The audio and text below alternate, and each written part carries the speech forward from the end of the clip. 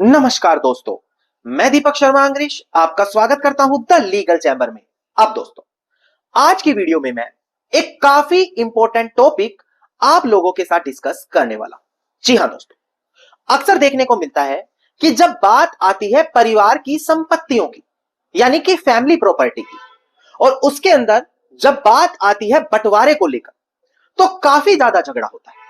कई बार तो वहां पर हक त्याग, जिसे इंग्लिश में रेलिंक्विशमेंट डीड बोलते हैं, इससे जुड़े हुए दस्तावेज को लेकर भी झगड़े होते हैं। अब क्वेश्चन ये आता है कि अगर परिवार का कोई व्यक्ति बंटवारा करना चाहता है तो क्या वहां पर किसी ने कोई हक त्याग कर रखा हो तो उसका जिक्र करना अनिवार्य है? क्या एक व्यक्ति का अगर संपत्ति में हक त्याग हो चुका है, क्या बाद में वो फिर भी बंटवारे की मांग कर सकता है?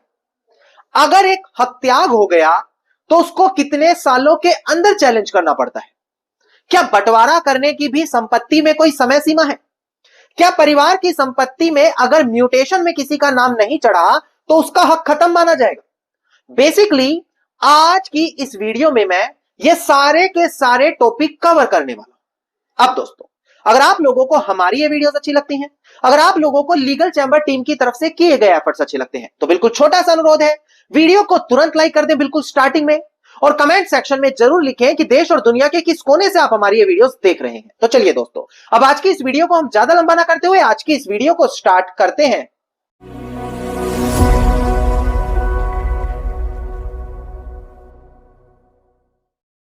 अब दोस्तों, सबसे पहले वीडियो की शुरुआत में एक काफी जरूरी जानकारी आप लोगों को दे दी जाए। देखिए, आप लोगों को पता होना चाहिए कि जब बात आती है परिवार की संपत्ति में हिस्सा पाने की, तो किस किस व्यक्ति का हिस्सा होता है, किस किस व्यक्ति का हिस्सा नहीं होता। अगर एक व्यक्ति से धोखे से हक त्याग करा लिया, बोलकर उसको कुछ और लेके गए थे और वहां पर जाकर उससे हक त्याग करा लिया, तो क्या उसको बाद में चैलेंज किया जा सकता है? क्या इसकी भी कोई समय सीमा है? अब ध्यान से देखिए, लिमिटेशन एक्ट 1963, अगर आप इसका आर्टिकल 58 एंड 59 पढ़ेंगे तो वो बताता है कि 3 सालों की समय सीमा है। अगर एक व्यक्ति किसी दस्तावेज को चैलेंज करना चाहता है कोर्ट में, तो जिस दिन वो दस्तावेज रजिस्टर्ड हुआ, रजिस्टर्ड होते ही 3 सालों के अंदर उस डॉक्यूमेंट को चैलेंज करना पड़ता है। ये एक बेसिक कानून है जो लिमिटेशन एक्ट 1963 में दिया गया है। नाउ, कई बार देखने को मिलता है कि व्यक्तियों को पता ही नहीं होता, 3 साल निकल गए और उनको यह नहीं पता कि अब हम इसको कैसे चैलेंज करें। देखिए, अगर आपके साथ धोखाधड़ी हुई है, आपसे कोई डॉक्यूमेंट छिपाए गए हैं, डॉक्यूमेंट्स में कोई मिस्टेक है, तो यही लिमिटेशन एक्ट 1963 का सेक्शन 17 कहता है कि जिस दिन आपकी नॉलेज में यह धोखाधड़ी आई है, उसी दिन से आपकी समय सीमा गिनी जाएगी, ना कि उस दिन से जिस दिन वो डॉक्यूमेंट रजिस्टर्ड हुआ। पर यह सिर्फ धोखाधड़ी जैसे केसेस पर ही चीजें लागू होगी। नाउ, क्वेश्चन ये आता है, क्या सिर्फ कानून ऐसा बोलता है या कोई जजमेंट भी है?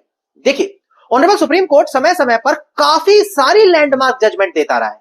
परिवार में बंटवारा कैसे करें, मौखिक बंटवारा क्या माना जाएगा या रजिस्टर्ड ही होना चाहिए, जबकि मौखिक बंटवारा भी माना जाता है, ऑनरेबल सुप्रीम कोर्ट की जजमेंट है। इसके अलावा अगर बंटवारा हो गया तो क्या वो बाद में चैलेंज हो सकता है, क्या रजिस्टर्ड बंटवारा चैलेंज हो सकता है, क्या कोर्ट की डिक्री जिसमें बंटवारा हुआ है वो चैलेंज हो सकता है। अनेकों जजमेंट संपत्ति से बंटवारे को लेकर आ चुकी है, पर आप लोगों तक कभी भी ये सारी जजमेंट नहीं आ पाती। कारण, क्योंकि आपके पास कोई प्रॉपर प्लेटफॉर्म नहीं है कि आखिरकार मिलेंगी कहां से। आप गूगल कर रहे हैं, यूट्यूब पर सर्च कर रहे हैं, अपने एडवोकेट साहब से पूछ रहे हैं, पर कभी भी वो रेलेवेंट चीजें आपको मिल नहीं पा रही। पर इसका समाधान लीगल चैम्बर अब आप लोगों के लिए लेकर आ गया है। जी हां, हम बात कर रहे हैं व्हाट्सएप ग्रुप की। जी हां, ये वीआईपी जो ग्रुप है, इसके अंदर हर एक लेटेस्ट जजमेंट आपको मिलने वाली है। चाहे आप एक एडवोकेट हैं, एक लॉ स्टूडेंट हैं, या एक कॉमन इंसान है जिनका कोर्ट में कोई केस चल रहा है, अगर आप लेटेस्ट जजमेंट पाना चाहते हैं ऑनरेबल सुप्रीम कोर्ट की, या अपने किसी पर्टिकुलर पॉइंट पर जजमेंट पाना चाहते हैं, बेसिक लॉज के बारे में और ज्यादा जानना चाहते हैं, तो ये सारी इंफॉर्मेशन इस वीआईपी व्हाट्सएप ग्रुप में आपको घर बैठे मिलने वाली है। सबसे पहले जजमेंट एक्सप्लेन की जाती है सिंपल लैंग्वेज में। उस जजमेंट की पीडीएफ की कॉपी व्हाट्सएप पर मिलती है ताकि खुद पढ़ सके आप लोग। अब अगर आप इस ग्रुप से जुड़ना चाहते हैं तो मात्र 999 रुपए इसकी ज्वाइनिंग फीस है, जो दिन के ₹2.5 बनते हैं बस। आप इस ग्रुप को इतने में ज्वाइन कर सकते हैं और पूरे 1 साल के लिए सारी सर्विसेज बिल्कुल फ्री में ले सकते हैं।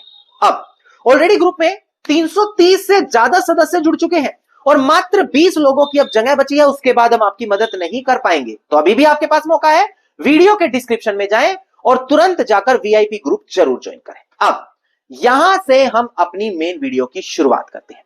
देखिए, यहां पर यह देखा गया कि एक केस में एक महिला से धोखे से हक त्याग कराया गया। महिला ने यह बोला कि मुझे उसकी जानकारी नहीं थी, मुझे तो झूठ बोलकर ले जाया गया और रजिस्टर्ड हक त्याग करवाया गया। मुझे तो जब बाद में इसकी जानकारी हुई, मैंने बंटवारे का केस डाल दिया और मुझे कोर्ट ने डिक्री में मेरा हिस्सा भी दे दिया। अब यह ध्यान दें कि यह मैटर अपील होकर ऑनरेबल हाई कोर्ट के सामने आया है। काफी बड़ी जजमेंट है, हर उस व्यक्ति को ध्यान देनी होगी जिसका संपत्ति में बंटवारा है या बंटवारे को लेकर केस चल रहा है, क्योंकि ये छोटी छोटी गलती बड़ा नुकसान कराती है। एक बार डिस्प्ले पर देखकर केस टाइटल ध्यान दीजिए, इसके बाद केस में क्या हुआ उस पर हम बात करते हैं। देखिएगा दोस्तों, डिस्प्ले पर केस टाइटल है डॉक्टर सिंहवालू, जो यहां पर अपीलियंट है, वर्सेस वेदावली एंड अदर्स, जो यहां पर रिस्पोंडेंट है। इसका सीएमपी नंबर है 22118 ऑफ 2022 और डेट ऑफ जजमेंट है हमारी 28 नवंबर साल 2025, यानी कि बिल्कुल लेटेस्ट जजमेंट है ये ऑनरेबल मद्रास हाई कोर्ट की। अब एक बार डिस्प्ले पर ध्यान दें, डिस्प्ले पर दिखाकर समझा दूं कि यहां पर क्या हाईलाइट किया गया है, फिर इसके अंदर मैं आपको थोड़ी सी और जानकारी दूंगा। देखिएगा दोस्तों, डिस्प्ले पर देखिए, यहां पर ऑनरेबल मद्रास हाई कोर्ट ने एक प्रीलिमिनरी डिग्री को सेट असाइड किया। प्रीलिमिनरी डिग्री क्या होती है? जब बंटवारे का केस होता है तो 2 डिग्री होती है। पहले प्रीलिमिनरी होती है जिसमें शेयर डिसाइड होते हैं, उसके बाद फाइनल डिग्री होती है। फाइनल डिग्री में उनको फिजिकली बंटवारा किया जाता है। तो जो पहली प्रीलिमिनरी डिग्री थी उसको सेट असाइड किया और यह बोला कि सिंपल बंटवारे का केस मेंटेनेबल होगा ही नहीं जब वहां पर एक रजिस्टर्ड रिलीज डीड है। और अगर कोई रजिस्टर्ड रिलीज डीड है और आप ये बात जानते भी हैं, कोर्ट की नॉलेज में भी ये बात आ गई है, तो पहले कानून ये कहता है कि आप एक डिक्लेरेशन सूट डालें। किसमें? स्पेसिफिक रिलीफ एक्ट 1963 के सेक्शन 34 के तहत डिक्लेरेशन में यह मांग करें कि ये जो रिलीज डीड है इसको वॉइड ठहराया जाए, अवैध ठहराया जाए। जब कोर्ट उसको वॉइड ठहरा देगा, अवैध ठहरा देगा, केवल उसी के बाद आपका उसमें हक माना जाएगा और आप बंटवारे की मांग कर सकते हैं। प्रेजेंट केस में क्या हुआ, एक व्यक्ति था जिसका देहांत हो गया, 5 बेटियां थी, एक बेटा था, पत्नी थी और माता जी थी, टोटल 8 हिस्सेदार हो गए। उनमें से उसकी जो पत्नी है साल 1990 में जाकर रजिस्टर्ड हत्या कर देती है। बाद में एक केस डालती है 2007 में बंटवारे का। ये कहती है कि मुझसे तो 1990 में धोखे से रिलीज डीड करा दी, मुझे तो जानकारी नहीं थी, ये कहकर ले जाया गया था कि पावर ऑफ अटॉर्नी बनवाएंगे क्योंकि प्रॉपर्टी की देखभाल करनी आप जा नहीं पाते, तो मैंने अटॉर्नी समझते हुए इस पे साइन कर दिया। बाद में कोर्ट ने भी उसके बंटवारे के अंदर उसको दे दिया कि आपका 1/8 हिस्सा बनता है, ले लीजिए। पर हाई कोर्ट के सामने क्वेश्चन आया कि जब महिला को पता है रजिस्टर्ड रिलीज डीड है, क्या महिला ने उसको अवैध घोषित करना ठहराया? केवल यह बोल देना कि अटॉर्नी कहकर ले जा गए थे, केवल एलिगेशन लगाना, उसको रिलीज डीड को वॉइड नहीं ठहराना, क्या कानूनी रूप में मान्य है? दूसरी चीज, आर्टिकल 58, 59 कहता है 3 सालों में चैलेंज करो। क्या महिला ने यहां पर 3 सालों में चैलेंज किया? जब महिला को 2001 में नॉलेज हो गई थी, उसके बाद भी 2007 में केस क्यों डाला? बेसिकली दोस्तों, यहां पर क्या हुआ, वो महिला को स्वयं यह जानकारी हो गई थी कि वह समय सीमा से बाहर है। इस वजह से अगर वो इस रिलीज डीड को चैलेंज करती तो 3 सालों का समय सीमा आता, तो सीधा बंटवारे की मांग कर ली रिलीज डीड को बाईपास करते हुए। कोर्ट ने बोला जी नहीं, अगर आप कोई रिलीज डीड कर चुके हैं, आप भी ध्यान दें, release deed, gift deed, sale deed, कोई और सेटलमेंट डीड आप बना चुके हैं, तो पहले उसको कानूनी तौर से वॉइड करवाना पड़ेगा, उसी के बाद आप अपनी संपत्ति में हिस्सा मांग सकते हैं। क्योंकि मैंने कई बार देखा है लोग यही गलती करते हैं कि संपत्ति में कोई डॉक्यूमेंट बना हुआ होता है, उसको इग्नोर करके सीधा बंटवारा मांगते हैं। बंटवारा होगा कैसे? पहले तो आपने जो डॉक्यूमेंट बनाया उसको शून्य करार करना पड़ेगा, नहीं करेंगे तो यही गलती जो यहां पर हुई वो होगी और आपका आगे जाकर केस फेवर में नहीं आएगा। धन्यवाद दोस्तों, उम्मीद करता हूं वीडियो में मिली महत्वपूर्ण जानकारी आप लोगों के लिए लाभदायक साबित होगी। वीडियो में मिली जानकारी अगर आपको अच्छी लगी तो वीडियो को लाइक, शेयर और कमेंट जरूर कीजिएगा। वीडियो से जुड़ा अगर आपका कोई क्वेश्चन है तो मुझे कमेंट सेक्शन में लिख सकते हैं। वीडियो में बताई गई जजमेंट या इससे रिलेटेड जजमेंट सदर पाना चाहते हैं तो वीआईपी ग्रुप जरूर ज्वाइन करें। वीडियो के डिस्क्रिप्शन में आप लोगों को नंबर दिया गया है।